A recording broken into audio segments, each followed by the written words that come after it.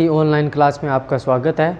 कल हमने विशिष्ट ऊष्मा का न्यून तापों के साथ व्यवहार पढ़ा था। उसके बाद आज हमारा अगला टॉपिक है, अब हम वास्तविक गैस के बारे में बात करेंगे।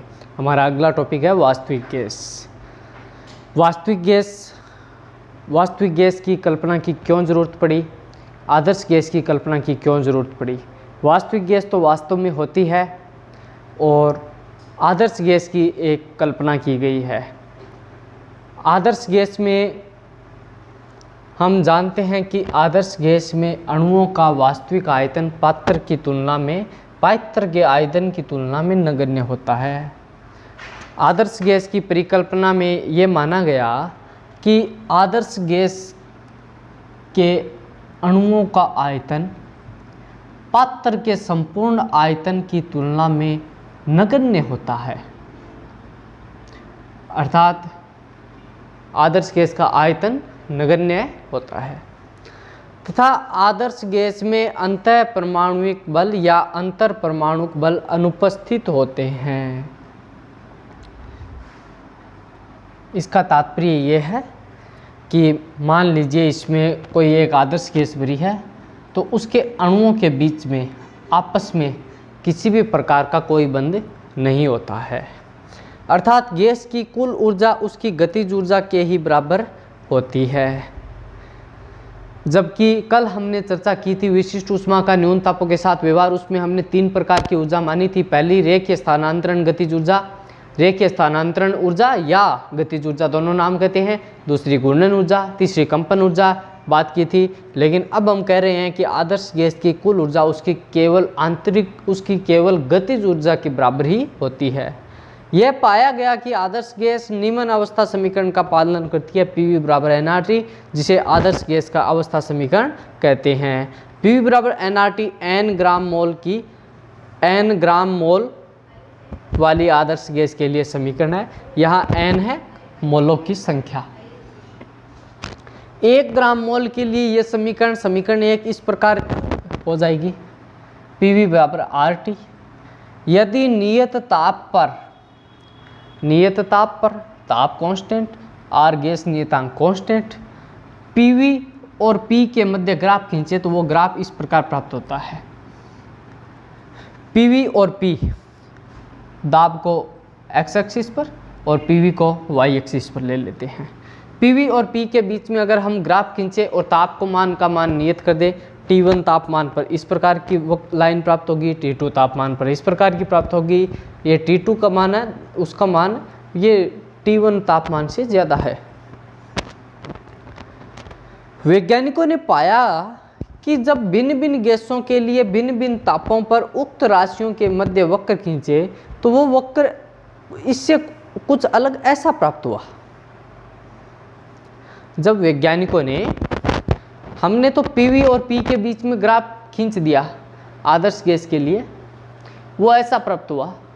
लेकिन वैज्ञानिकों ने भिन्न भिन्न अलग अलग प्रकार की गैसों के लिए इन्हीं राशियों के मध्य दिए गए ताप पर ग्राफ खींचा तो वो हाइड्रोजन के लिए ऐसे प्राप्त हुआ, कार्बन डाइऑक्साइड गैस के लिए ऐसा प्राप्त हुआ, प्रायोगिक रूप से ऐसा प्राप्त हुआ, और हमने सैद्धांतिक रूप से PV और P के बीच में यह प्राप्त हुआ। प्रैक्टिकल CO2 के लिए यह प्राप्त हुआ, थ्योरेटिकल CO2 के लिए यह प्राप्त हुआ। इस प्रकार इन ग्राफों में भिन्नता के कारण को दूर करने के लिए हमें वास्तविक गैस की कल्पना करनी पड़ी। अर्थात प्राप्त प्रायोगिक वक्र है वो सैद्धांतिक वक्र से थोड़ा अलग है, यानी विचलित है। इस विचलन को समझाने के लिए एक वैज्ञानिक आए, ओन्स। उन्होंने विभिन्न गैसों को अत्यंत निम्न तापों पर उनके व्यवहार का अध्ययन किया और पाया कि गैसें निम्न समीकरण का पालन करती है। वैज्ञानिक आए ओन्स। हम वैन डर वाल्स गैस समीकरण पढ़ते, उसका बाद वैन डर वाल्स नामक वैज्ञानिक बाद में आए, सबसे पहले आए थे ओन्स। उन्होंने ये बताया कि गैस है वो इस समीकरण का पालन करती है, PV बराबर A + BP + CP² + DP³ + EP4 ... ऐसे समीकरण नंबर 3 ऐसा बताया ओन्स नामक वैज्ञानिक ने। यहाँ पर इस समीकरण में गैस को 1 ग्राम मोल लिया गया है और तापमान को नियत रखा गया है। इस समीकरण को अवस्था का वीरियल समीकरण भी कहते हैं। और ये जो गुणांक दिए गए हैं ए बी सी डी, यानी इस समीकरण में, ये समीकरण ऐसा था पीवी बराबर A plus B P plus C P square plus dot dot dot, ये गुणांक है ए बी सी। इन गुणांकों को कहते हैं वीरियल गुणांक।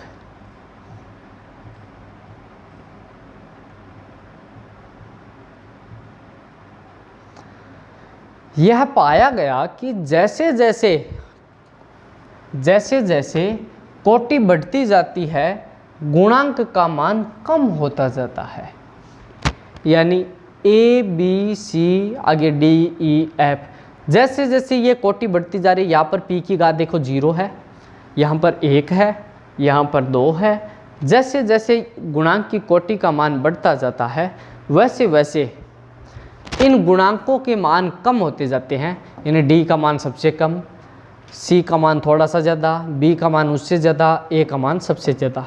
या फिर हम ऐसा उल्टा चल सकते हैं, ए का मान सबसे ज़्यादा, बी का मान उससे कम, सी का मान उससे कम, डी का मान उससे कम। ए का मान आर टी के बराबर होता है कब? जैसे जैसे घात बढ़ती जाती है पी की। समीकरण 3 को इस प्रकार भी लिखा जा सकता है, पी वी बराबर ए प्लस बी बटा वी। बॉयल के नियम से हम जानते हैं P समानुपाती 1 बटा वी। P को हटा दिया तो बट्टे में V लगा देंगे, प्लस C बटा वी स्क्वायर प्लस D बटा वी क्यूब। ऐसे ये समीकरण चलती रहेगी। समीकरण नंबर 4।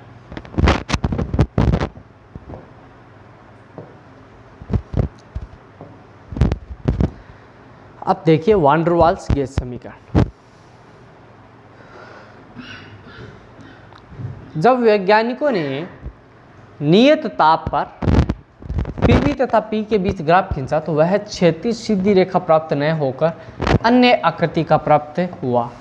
अभी अभी हमने ग्राफ बनाए थे, ऐसे हाइड्रोजन के लिए ऐसा ग्राफ प्राप्त हुआ, कार्बन डाइऑक्साइड गैस के लिए इस प्रकार का गैस प्राप्त हुआ। ये ग्राफ पीवी और पी के बीच है।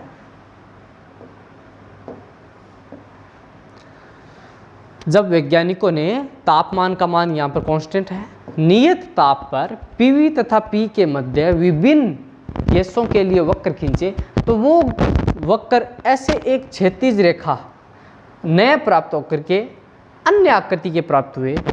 और इसे सिद्ध करने के लिए गैस अवस्था समीकरण पीवी बराबर आर टी का पूर्णतः पालन नहीं करती है। अगर पीवी बराबर आर टी का पूर्णतः पालन करती है तो पीवी और पी के बीच में ग्राफ खींचे तो वह ग्राफ एक सीधी और क्षैतिज रेखा प्राप्त होनी चाहिए।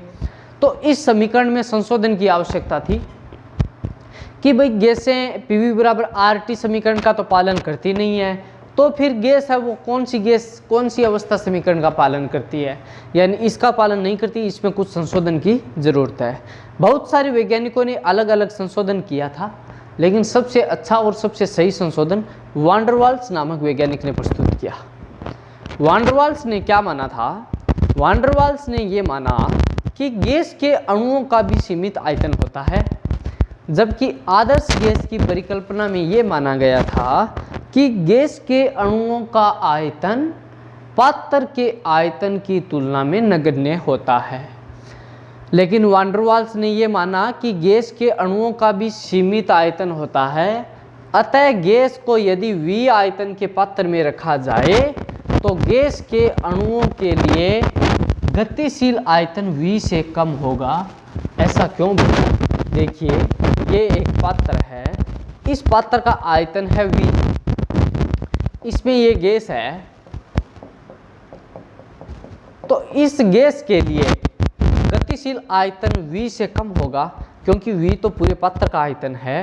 और जो आयतन अणुओं ने अपने कारण घेर रखा है वो आयतन इस V में से घटा देने के बाद जितना आयतन बचेगा वो इनके लिए गतिशील आयतन होगा।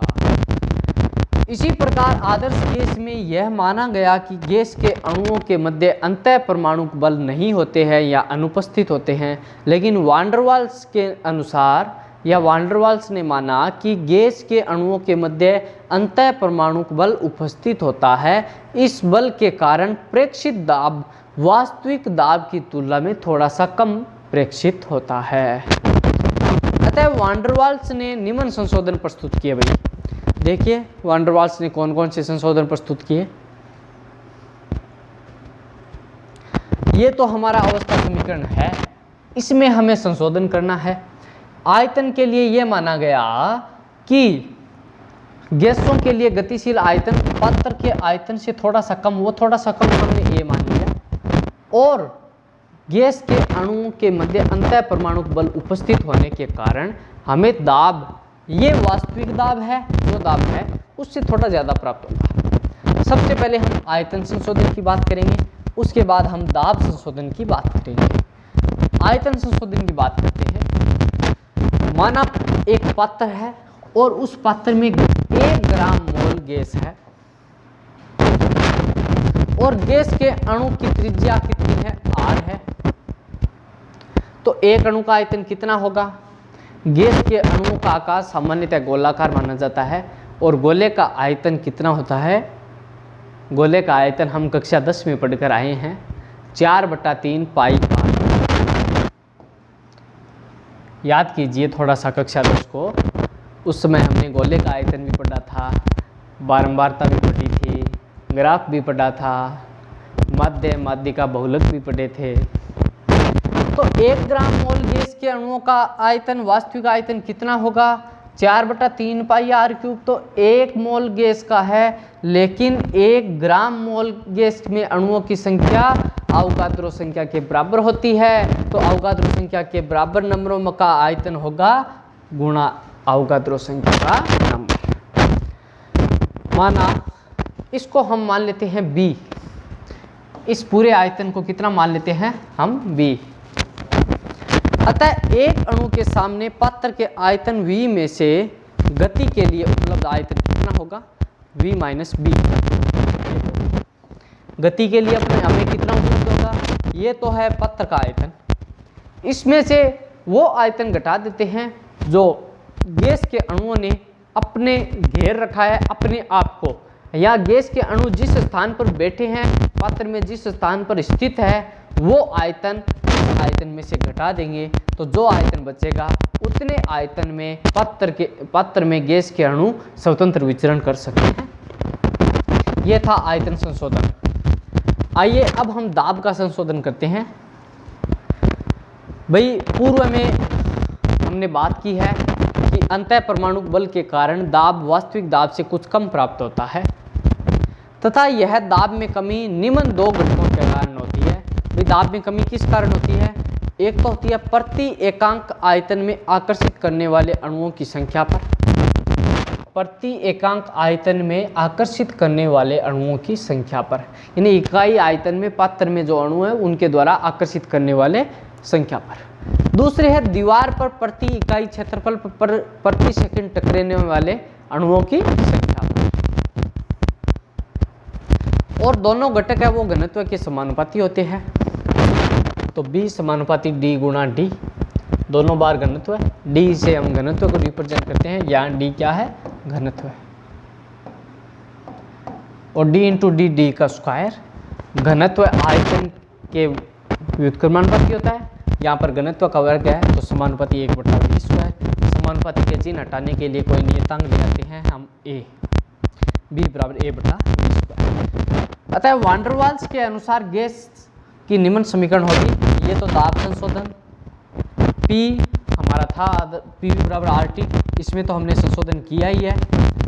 ये P है। दाब में किस प्रकार का संशोधन किया है? A/v स्क्वायर जो कम है वो जोड़ दो, P plus A/v square. V में हमने किस प्रकार का संशोधन किया है? V घटा दो बराबर RT। ये है 1 ग्राम मोल के लिए। n ग्राम मोल के लिए ये समीकरण किस प्रकार की हो जाएगी? इस प्रकार हो जाएगी P प्लस AN स्क्वायर बटा V square, V minus BN बराबर nRT। अब देखिए ये समीकरण नंबर 7 ले लो या 8 ले लो, कोई सा भी एक ले लो, और हम P और V के बीच में ग्राफ खींचे तो वह ग्राफ प्रायोगिक ग्राफ के लगभग समान ही प्राप्त होता है। इसलिए इस समीकरण को मान्यता प्रदान कर दी और स्वीकार किया गया। देखो समीकरण नंबर 7 से देखिए, P को V से मल्टीप्लाई करो PV,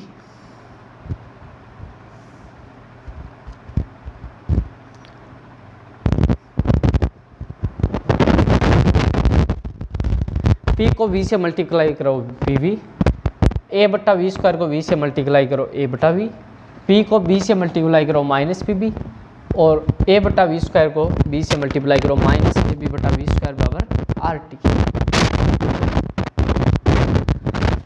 PV plus A minus B common ले लिया, RT बटा V माइनस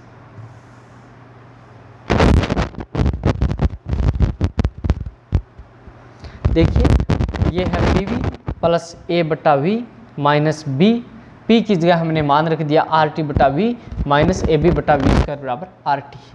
P की जगह हमने ये मान कैसे रखा, PV बराबर RT, तो P बराबर हो जाएगा RT बटा V।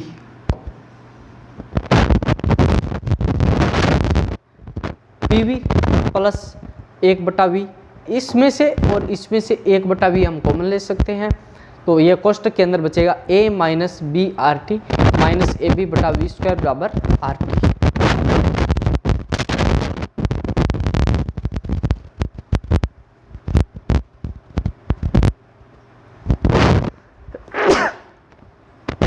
आगे देखिए PV की जगह PV बराबर सारे के सारे राशियों को दाएं पक्ष में हम ले जाएंगे। दाएं पक्ष में आर टी पहले से ही मौजूद है, तो ये हो जाएगा बी आर टी माइनस ए, तीन बदल जाएंगे, गुणा में 1 बटा वी है, ये माइनस की है, ये हो जाएगा ए बी बटा वी स्क्वायर प्लस ये हो जाएगी। समीकरण 9 की वीरियल समीकरण से अगर हम तुलना करें तो यह समीकरण उसके तृतीय पद तक संतुष्ट करती है।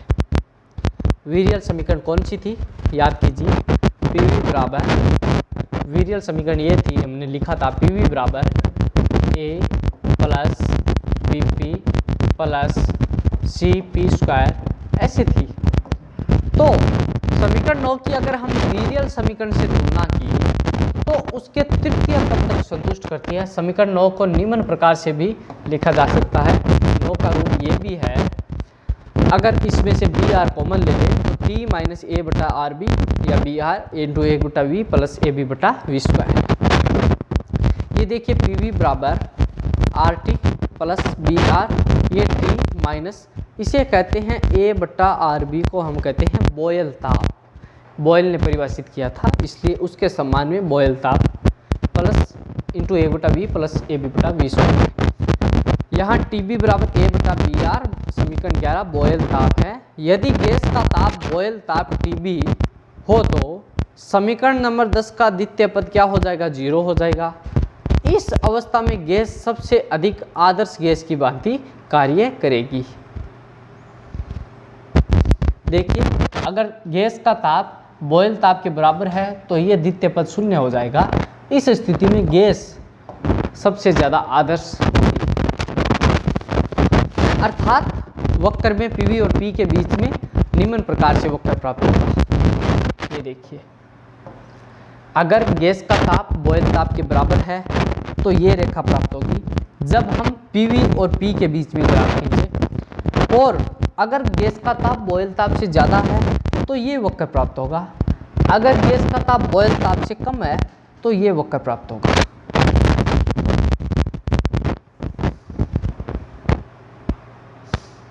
देखिए यदि गैस का ताप बॉयल ताप से कम हो तो द्वितीय पद ऋणात्मक होगा, अतः PV के मान में कमी करेगा।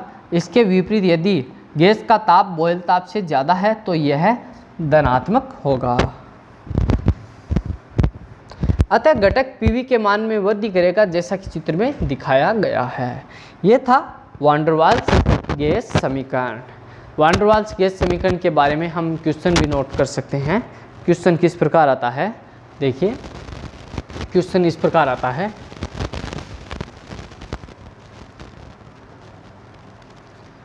इस प्रकार आता है क्वेश्चन।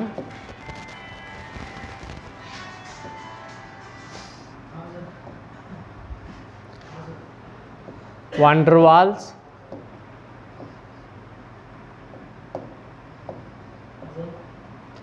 गैस समीकरण व्युत्पन्न कीजिए।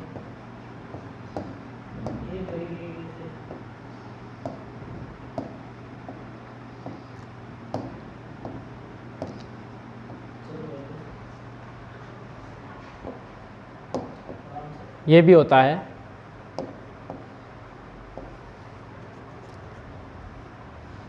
आदर्श गैस और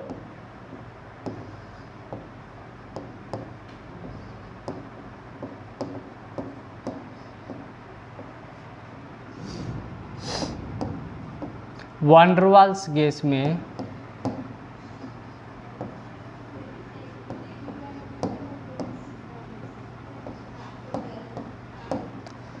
गैस समीकरण में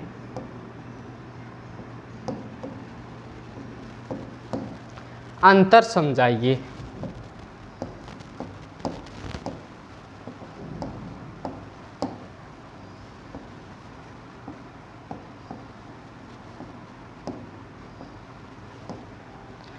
ये भी होता है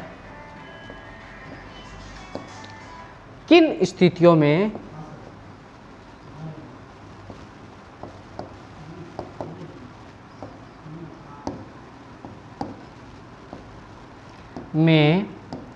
वान डर वाल्स गैस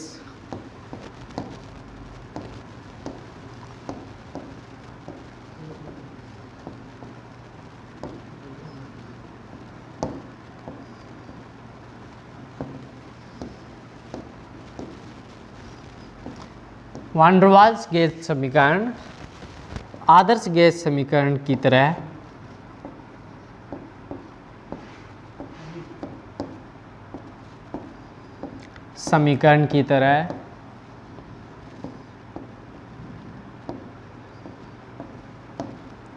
व्यवहार करती है।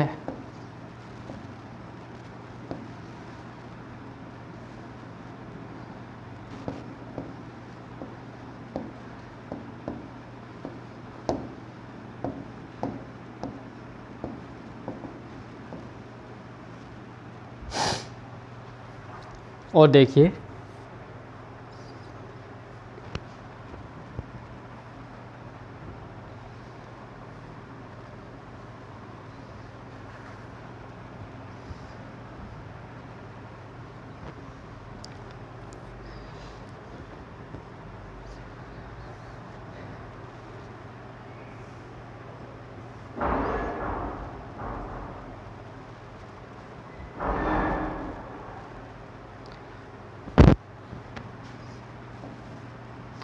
आगे देखिए, कल हमने पढ़ा था उसका भी क्वेश्चन नोट कर लीजिए। गैसों की विशिष्ट ऊष्मा का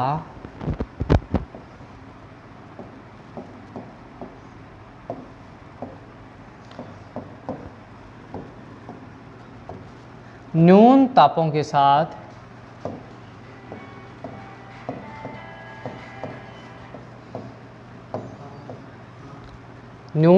के साथ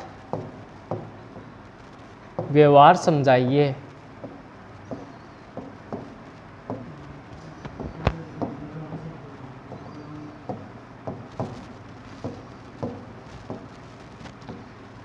एक ये भी नोट कर लीजिए।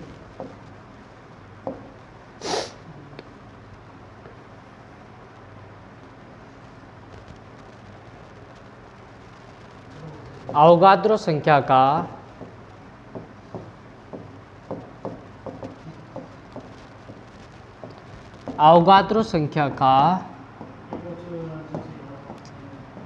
आकलन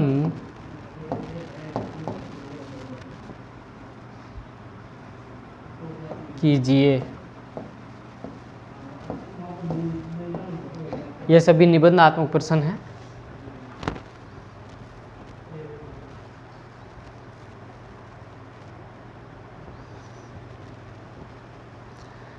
उसके बाद में अगला टॉपिक है क्रांतिक गुणांक।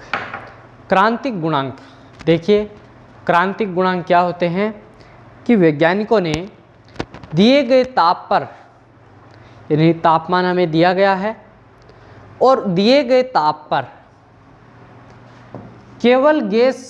केवल दाब आरोपित कर, गैस पर केवल दाब आरोपित करके गैस की अवस्था परिवर्तन करने का प्रयास किए। कार्बन डाइऑक्साइड के लिए वैज्ञानिकों ने अलग अलग तापों पर निम्न वक्र प्राप्त किए। वक्र कैसे प्राप्त किए? गैस का ताप निश्चित कर दिया, नियत कर दिया, और गैस पर दाब आरोपित किया तो गैस की अवस्था परिवर्तित हो गई। और कार्बन डाइऑक्साइड के लिए इस प्रकार का वक्र प्राप्त होता है। देखिए, एक तो देखिए अधिक आयतन पर पदार्थ की अवस्था गैस है और कम आयतन पर द्रव अवस्था है। देखिए ज्यादा आयतन पर पदार्थ की अवस्था कौन सी है? गैस है। देखिए यहाँ पर आयतन व एक्स एक्सिस पर, यहाँ पर ज़्यादा है आयतन, इस भाग में आयतन ज़्यादा है, पदार्थ की अवस्था गैस है। इस भाग में आयतन कम है, पदार्थ की अवस्था ठोस है।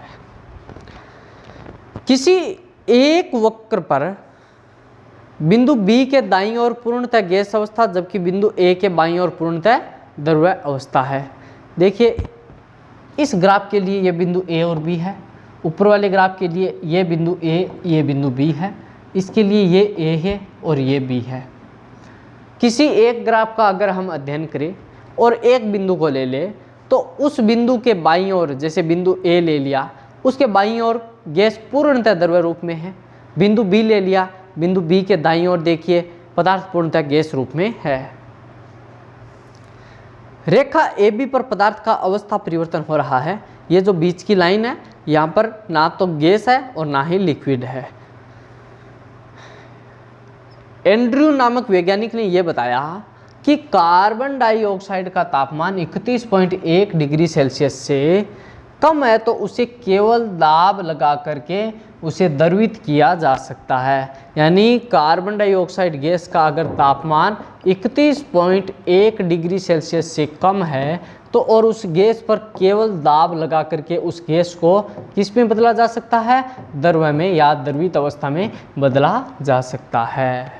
अगर इसका तापमान 31.1 से ज़्यादा है तो उसे केवल दाब लगा करके द्रवित नहीं किया जा सकता। इस ताप विशेष को, कौन से ताप विशेष को? 31.1 को।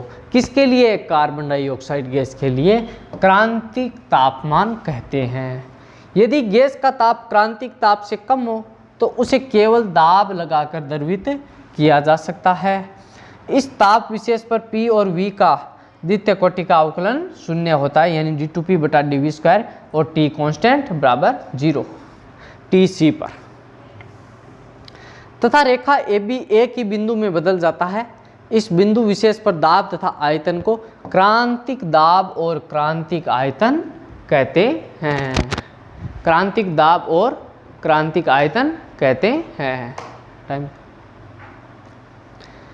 अब हम आगे बढ़ेंगे। क्रांतिक नियतांक ज्ञात करना। क्रांतिक नियतांक, क्रांतिक नियतांक वो होते हैं, क्रांतिक नियतांक एक तो होता है क्रांतिक दाब, एक होता है क्रांतिक ताप, एक होता है क्रांतिक आयतन। क्रांतिक दाब का मान ज्ञात करना, क्रांतिक दाब आयतन ज्ञात करना, क्रांतिक ताप का मान ज्ञात करना, ये सभी क्या है? क्रांतिक नियतांक है। इन सभी का मान ज्ञात करना क्या होता है? क्रांतिक नियतांक ज्ञात करना होता है। देखिए एक बार वापिस पुनः देखिए, आज हमने क्या क्या पढ़ा था। आज सबसे पहले हमने वास्तविक गैस की बात की थी, रियल गैस।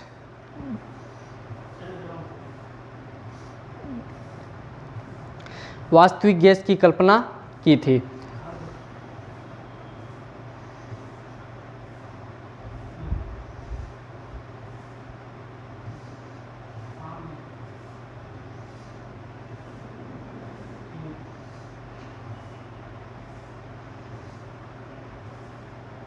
देखिए सबसे पहले हमने वास्तविक गैस की बात की थी कि वास्तविक गैस है वो सभी नियमों का पालन करती है, ऐसा हम मानते हैं। और आदर्श गैस और वास्तविक गैस में भिन्नता क्यों है, और कौन सी स्थितियों में वास्तविक गैस आदर्श गैस की पालना करती है, इन सब बिंदुओं के बारे में हमने पढ़ा था। सबसे पहले हमने पढ़ा था कि वास्तविक गैस के कौन कौन से गुण होते हैं और आदर्श गैस में कौन कौन से गुण होते हैं।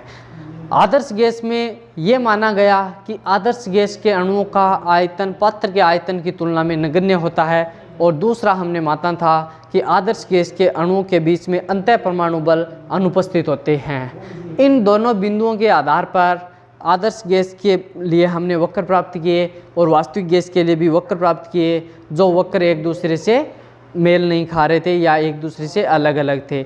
इन वक्रों को समझने के लिए वान डेर वाल गैस समीकरण या हम ऐसा कह सकते हैं वास्तविक गैस समीकरण की आवश्यकता हमें अनुभव हुई, और वान डेर वाल नामक वैज्ञानिक ने इस आवश्यकता को पूरा किया। वान डेर वाल ने आदर्श गैस की उन स्थितियों पर चर्चा करते हुए, उन स्थितियों पर जो वास्तविक गैस के लिए पर्याप्त है या वास्तविक गैस की परिकल्पना में आती है, इस आधार पर आदर्श गैस की समीकरण में परिवर्तन किए गए, और उन परिवर्तनों के बाद परिवर्तनों के परिणाम स्वरूप जो समीकरण हमें प्राप्त हुई, उस समीकरण को वान डेर वाल्स गैस अवस्था समीकरण हम कहते हैं।